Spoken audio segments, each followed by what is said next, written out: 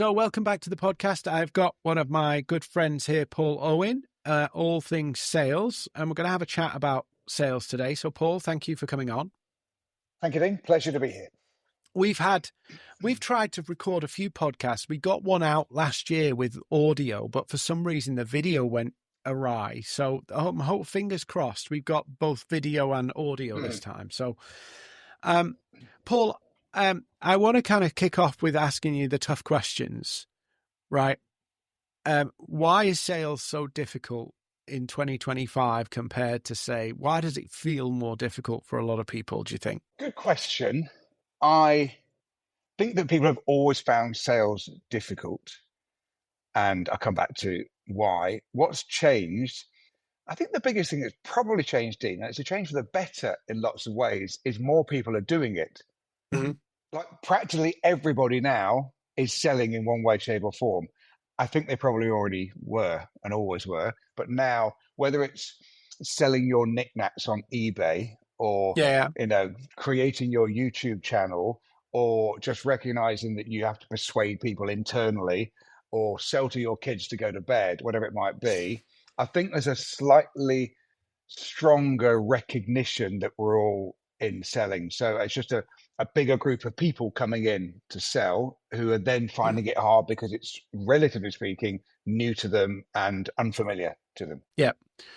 And I guess from my perspective, obviously I'm talking to an audience that's generally business owners, but you'll be talking to business owners, salespeople, all sorts of people in what you do in terms of sales. Do you think that, like, where do I say it? Well, there's two things. Given that more people are selling or recognizing that they need to sell, do you think the standard of selling is getting better, or do you think you need to be better at it? I'll tell you the context, right? 10 years ago, I could create a message and fire it out on LinkedIn or fire it out on email, and I'd get bites. If I tried that same thing today, just like, copy and paste stuff, and whether we'll have the conversation of whether that is even selling, but I tried that, it would work. And now you got no chance doing that. Do you think that behavior or some of that kind of automated stuff has meant the need to be better, or the standard has to be higher to get results? The simple answer is yes, because anybody can do it now. Mm-hmm. And there's this strange thing about communication, Dean, that I think applies across all of communication, but I'll keep it within sales for now, is the easier it becomes to send out fairly okay messages to hundreds of thousands, if not millions of people, the less valuable that communication becomes, because anyone can do it. In some respects, the best way to get people to read your message right now is to send out your message in the post in a handwritten envelope, because it's pretty unusual that people receive that. So what you have, and this is going to sound like a weird analogy now, Dean, but bear with me. There's some of the challenges that we face in our education system, where you've got lots of graduates in the UK now who graduate and say, oh, there's not enough graduate jobs, and you need to be a graduate in order to do almost any job. You get an inflation around having a degree, which runs the risk of, I've got 2 or 3 kids who will probably end up going to university, but it runs the risk of devaluing the thing that you went for there in the first place. So I think making communication easier has some beneficial effects, but actually it changes the whole game. And so it becomes, if you were sending those, let me say that your messages were 7 out of 10 quality 10 years ago, now they're going to be 9.5 out of 10 to even get somebody to open them. Mm-hmm. And so, okay, so let's just go back to, like, what do you think are the fundamentals of selling then? And I know we've only got a limited amount of time here, but what do you think are, like, the core principles of selling well? The first thing, and people like me, and by that I mean sales trainers, sometimes get mocked for this idea, Dean, but it's important. The first thing is a phrase I say again and again, and you've probably heard me say it before. If we want to change how we do sales, we have to first change how we think about sales. Mm-hmm.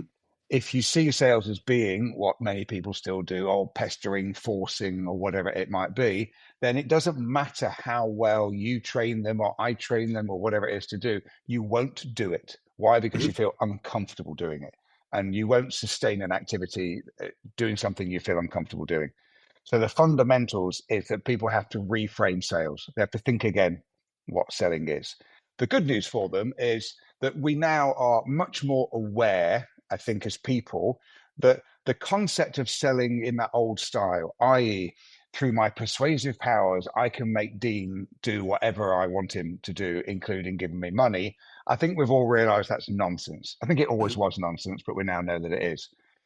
And so we don't force people to buy. We help people make good buying decisions. So that's the first thing. And it's the biggest change for many, like you mentioned before, working with business owners who set up their business and they often have great ideas and then they neglect the fact that you actually have to go out to strangers and tell them about your idea in order to make your business grow. Is you're a salesperson first and a business person second, but you first have to change how you think about it. If you're able to do that, then the next point becomes, I think, two stages. One, recognizing the people that genuinely might actually buy what you offer. So you must have this in your role as well, Dean. You speak to people and you say, okay, so who's your market? Oh, everyone. Literally, we can help. We can help everyone all around the world. Like, whether you can or whether you can't doesn't really matter. You're not going to. You're simply not going to do that. So identify who's actually going to be genuinely interested in what you do. So if you're trying to sell to the wrong people, it doesn't matter how well you sell. You're not going to sell to them. And then the third element, I think, is that recognition that selling is much more about asking questions and listening to people than it is talking at people. And so that also for business owners can make them feel a bit more comfortable to sell, because it's not pitch, pitch, pitch. It's ask questions and listen to people, which is probably for the non-salesperson who needs to sell a more comfortable place to be having conversations. So when we're talking about, just for a minute, about that kind of whole questions, but also that bit before about who can you best sell it to, one of the things I come across is that often we put lots of people we can sell into the same bucket. And like you could sell sales training to one company and sales training to another company, but their needs, you're doing sales training, but within sales training, there's like 10 different things, say, that you could offer them. That questioning bit becomes really important to know which bit of that service is most important to them. Like, what's some of your thoughts about how do you understand the difference between different customer needs, and how do you do that in like question them without it being an interrogation? Oh, that's two quite big questions in one go. I think first of all, the identification of the ideal client profile, i.e., these people are perfect, doesn't mean that you only sell to them because you can sell to other people. I think it means you specifically target time and money at those people. So I think there's a difference in selling. So there's certain kinds of sales teams that we do a lot of work with, and that's where we invest our marketing, our LinkedIn work that we do with your help, of course. And that's targeted at certain kind of clients where we know if we get in front of them, we know two things, probably three things. We know that they probably have a need that we understand. We know they have some money to pay, and we know that we have the track record that gives us a very high chance of winning the business.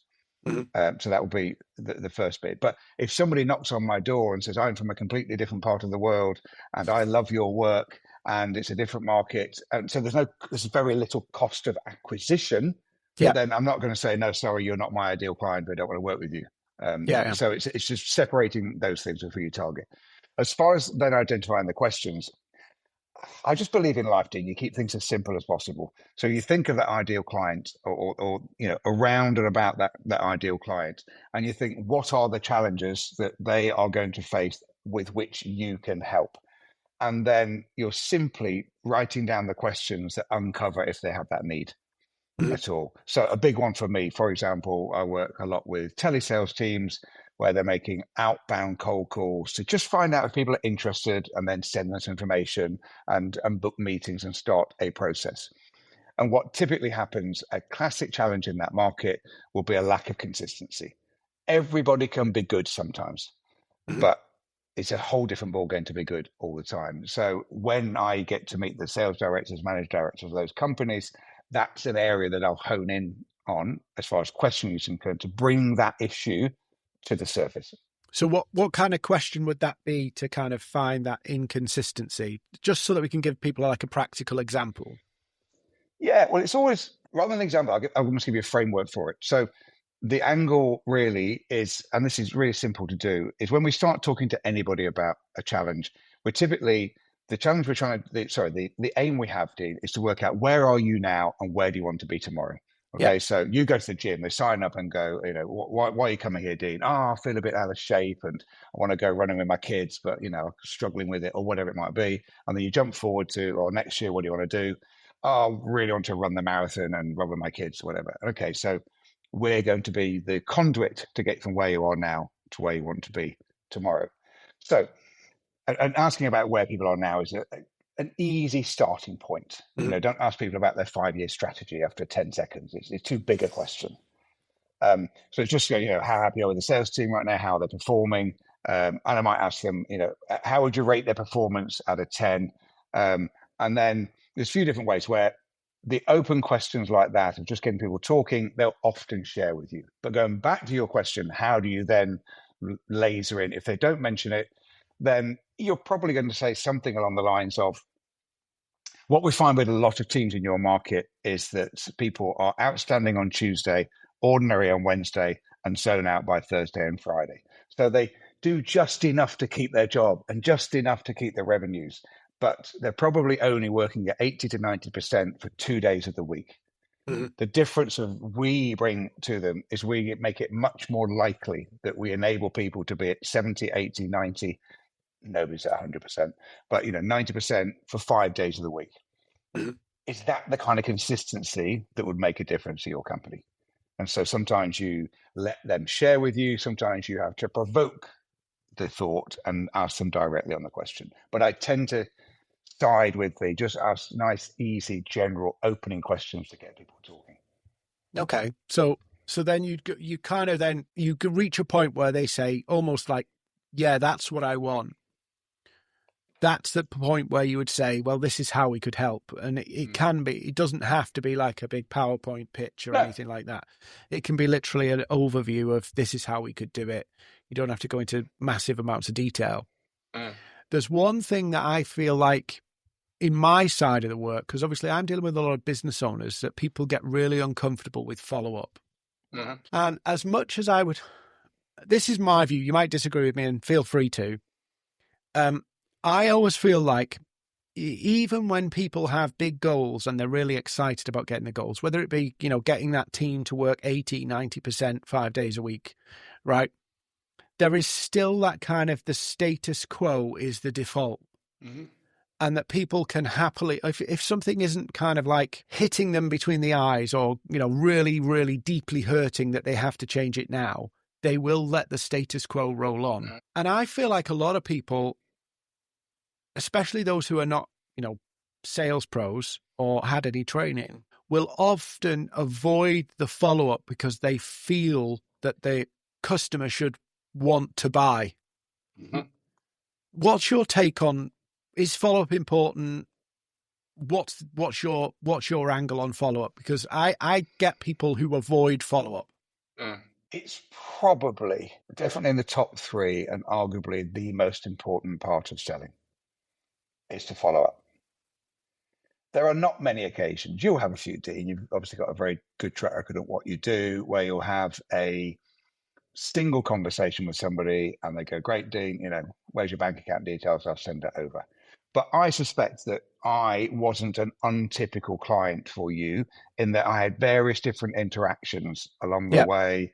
I chatted to a couple of your team, came to some webinars and so on.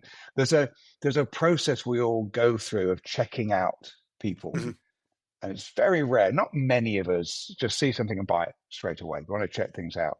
I know you do that, and I think you do it very well, by the way, of just having those regular touch points. And so I think the answer I give to that when people say, oh, do I really have to do follow-up, is look at the way you buy yourself. How often do you walk in somewhere and make a significant buying decision based on one short interaction? Mm. You don't. You don't do that. You might do that with a coffee, maybe.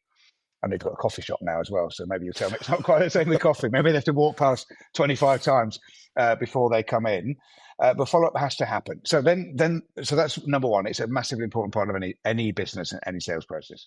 But then I have to take you back to where we started, because one of the reasons people struggle with follow-up is they're uncomfortable with the concept of selling, because they equate following up with pestering people. I'm chasing people up. Oh, if they were interested, they would buy. That's nonsense. I've looked for tradespeople to do something in my garden, fix our roof, build a wall, and they send a quote, and it just sits in the inbox and doesn't go anywhere. People need to be nudged through a process step by step. But because people feel uncomfortable with the idea of selling, they feel uncomfortable with the idea of following up. So that's the first thing. So once you realize that you're not pestering anybody, you're helping them to make a decision, and you're realizing that as humans, we can get stuck in, a little bit of thinking about it land. But move back from that, the other challenge that people face when in that follow-up phase is, it's probably a top three thing that I'm brought in to help people with, Dean, is they'll say, we're struggling to sustain momentum in the sales process. And my first question is, forget sustaining momentum. How are you creating momentum? Mm-hmm. Because they don't create momentum. So we have a good chat, and you're interested in my services, Dean. I go, oh, great, it's been great to have a chat, Dean. Have a think and let me know. Like, really? Have a think and let me know? Are you kidding me? Mm-hmm. If Dean is interested, then actually, genuinely, he probably wants something a little bit more tangible to move forward. And so the issue of momentum is, once it's lost in the sales process, once you're following up again and again, you've got a difficult problem to solve. So you have to work back from that and say, right, how do I make sure I create momentum? So for me, in any sales meeting, at the end of it will be, listen, Dean, sounds to me like you're quite interested. And these things aren't going to get better without taking action. And I think we can help. What I suggest to do is I get across perhaps some recent examples of companies like yours that we've worked with. I also give you an idea of what it would cost if you decide to move forward. And I also give you a little insight to the kind of content we would expect to cover with your team. Take me a bit of time to do that, Dean. So I'll get it across to you by the close of play on Monday of next week. And all I suggest is we speak on Tuesday, speak on Wednesday, and we can talk it through. If you like it, we can talk about next steps. If you don't, then maybe we're not right for you. Are you happy to speak to me again next Monday or Tuesday? Like, agree the next step there and then. You're not forcing them. We're not able to force people to do things, but you have to nudge people forward a little bit. Doesn't always work. It doesn't mean they always pick up the phone next Monday, but it makes it much more likely. I think one of the things that we miss and I don't know whether I've been able to articulate this very well, is when we do that when we don't do something like that, we're effectively putting all of the effort on the customer's behalf to basically go, well, I'm going to ask you for this. And it feels like it could, the other perspective is it comes across as you don't care. You're not interested. Completely. You have to make things easy. I went to buy a bed 20 years ago, Dean, and it was the first bed I'd ever bought. I won't do the whole story, but I remember at the end of this torturous 90 minutes in a bed shop in London with my wife and three small children, as we were leaving, the salesman said to us, well, Mr. and Mrs. Owen, I've given you a lot to think about. And all I thought was, congratulations, Sherlock. That's not your job. Your job isn't to complicate this process. Your job is to simplify this process. We'd have walked out of that shop with a bed that day if he'd have actually made it simpler. So there's a phrase that I was taught years and years ago in sales, which I think holds true today, which is make the first yes an easy one. If people are interested, make the first step easy. If you want to move forward, here's what it is. Click on this link, pay, and we'll see you next Tuesday, or whatever it might be. And people underestimate the help that you want because they misunderstand sales. They think that I don't want to force people. You will never force someone to buy something they don't want to buy. And by the way, if you do, they'll pull out before they pay. Yeah. So just taking that one step further. So that whole reframe, How does somebody practically kind of start that journey of reframing it? Because if it's been instinctively drilled into them that sales is bad or sales is pushy or whatever, that's a little bit of a journey they've got on to kind of work that out of their system. Mm. What would you say are some of the things they could do to kind of get over it? It's a difficult one. They should obviously hire me to do training. Thanks for the intro on that, Dean. That's one quick way to do it. It's not an easy one to do. So if I talked, for example, about a typical day of training where I'd go in, I won't do the whole day, don't worry, but I'd go in and do 8 hours with a team, then it will probably have about 90 minutes at the beginning on the reframing idea, which I won't go through with you necessarily now, but it does take, and then it has to be reiterated, and then lots of examples I give. So when I do, for example, in my training, when I do sales questioning, I use as the framework for sales questioning a visit to your GP. Yeah. Your GP is selling to you. You know, they've got a pretty structured set of questions. They ask, what's the problem? They ask a bunch of follow-up questions. They ask about your background and your history, a bunch of follow-up questions. They ask about your lifestyle, what job you do, your diet, a bunch of follow-up questions. And then they sell to you. Okay, Dean, to get better, here's what you need to do, and off you go. And so it's not an easy switch, but actually it's not all that hard either. Because when you think about life, you are surrounded by sales. You know, we're all being sold to at the bus stop with a marketing idea. Social media is one massive sales machine, constantly putting messages in front of us to sell. Every doctor's selling to you. When you really break it down, every teacher, Dean, teachers hate this idea, but every teacher faces the same challenge as a cold call salesperson. When you call somebody up on a cold call, they're thinking, "Who the hell are you, and why should I listen to you?" And every teacher walks into the room, and every truculent teenager is sitting in that room, thinking, "Who the hell are you, and why should I listen to you?" You have to sell content as a teacher. You have to. I can almost guarantee your favorite subject at school, Dean, and don't cross me here, but almost definitely your favorite subject at school was at some stage taught by your favorite teacher. They brought it alive. They breathed love and enthusiasm into poetry or history or tech or whatever it might be. I can tell you a story, right? And this is, I probably the teacher would be banned now, but because all the world. So my favorite subject at school was business studies, right?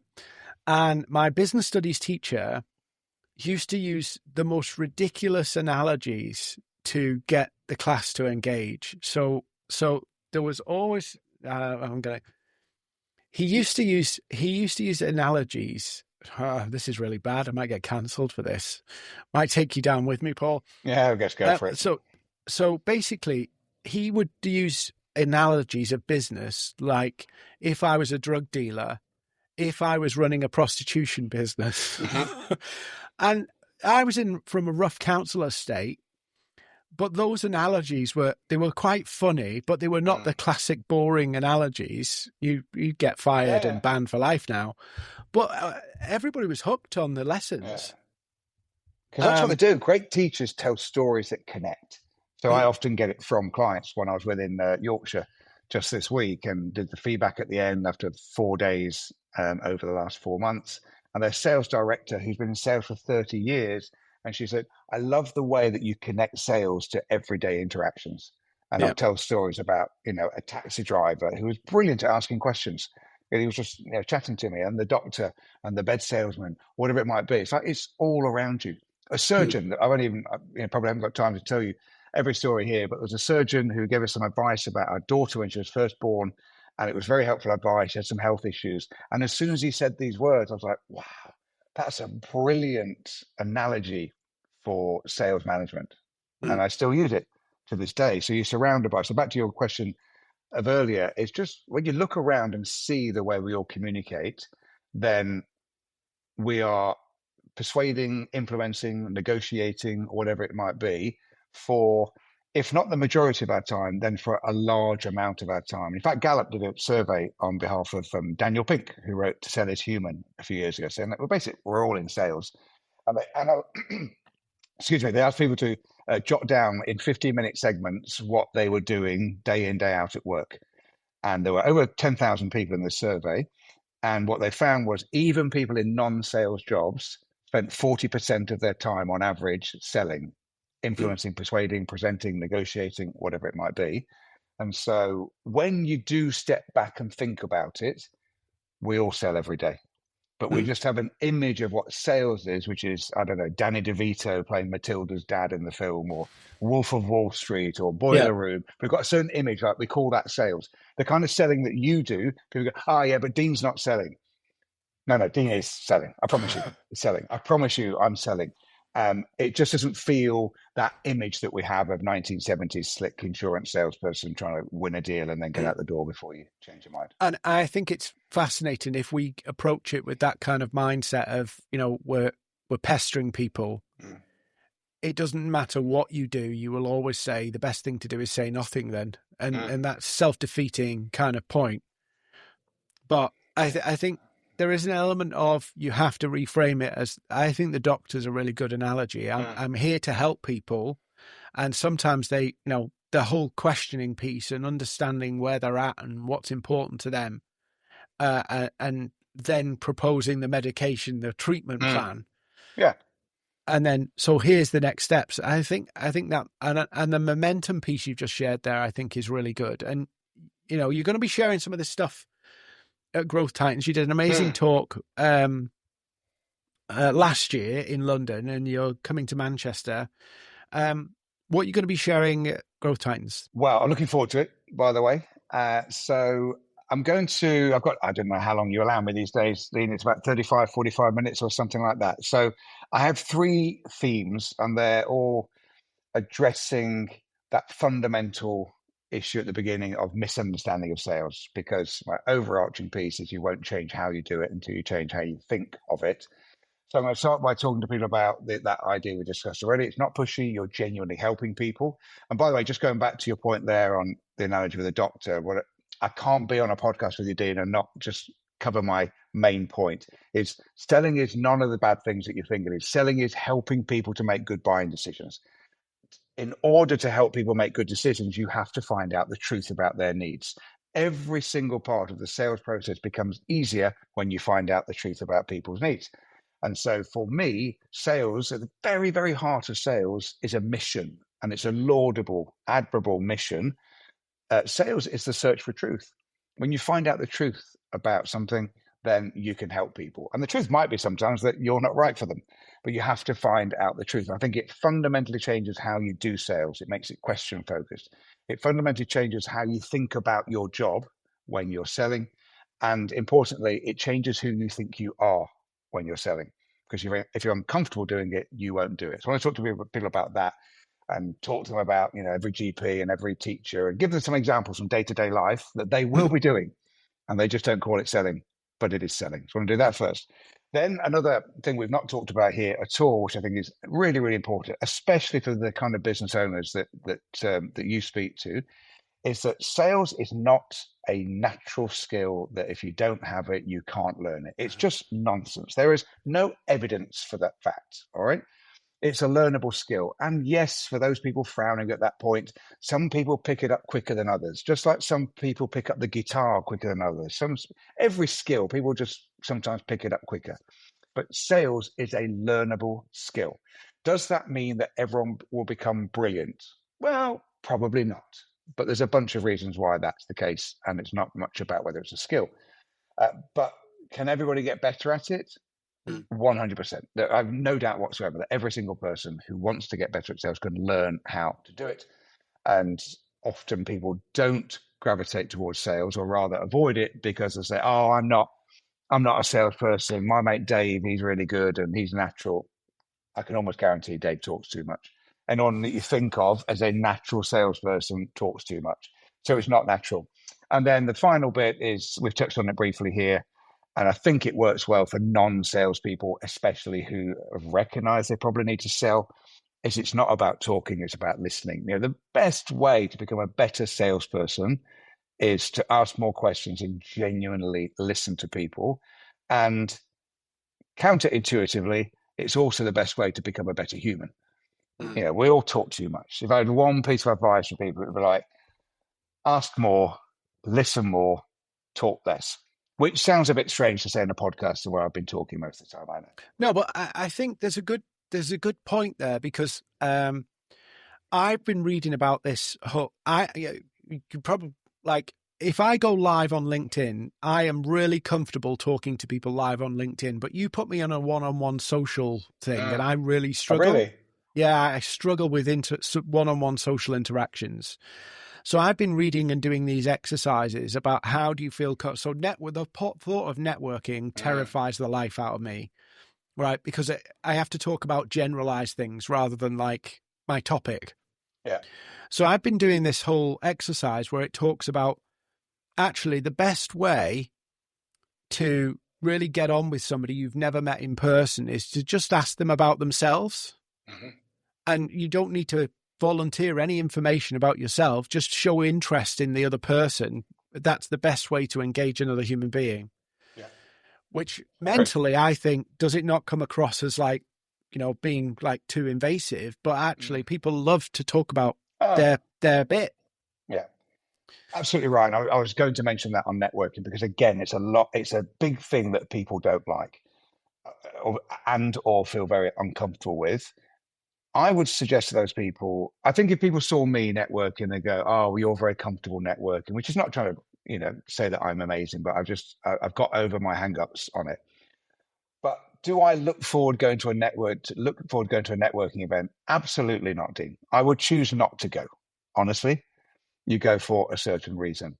But what I've become better at doing is exactly what you just talked about there, which is just go. Don't go into a networking function and think I have to tell 10 people about what I do and make it worthwhile. Just go and ask questions about people.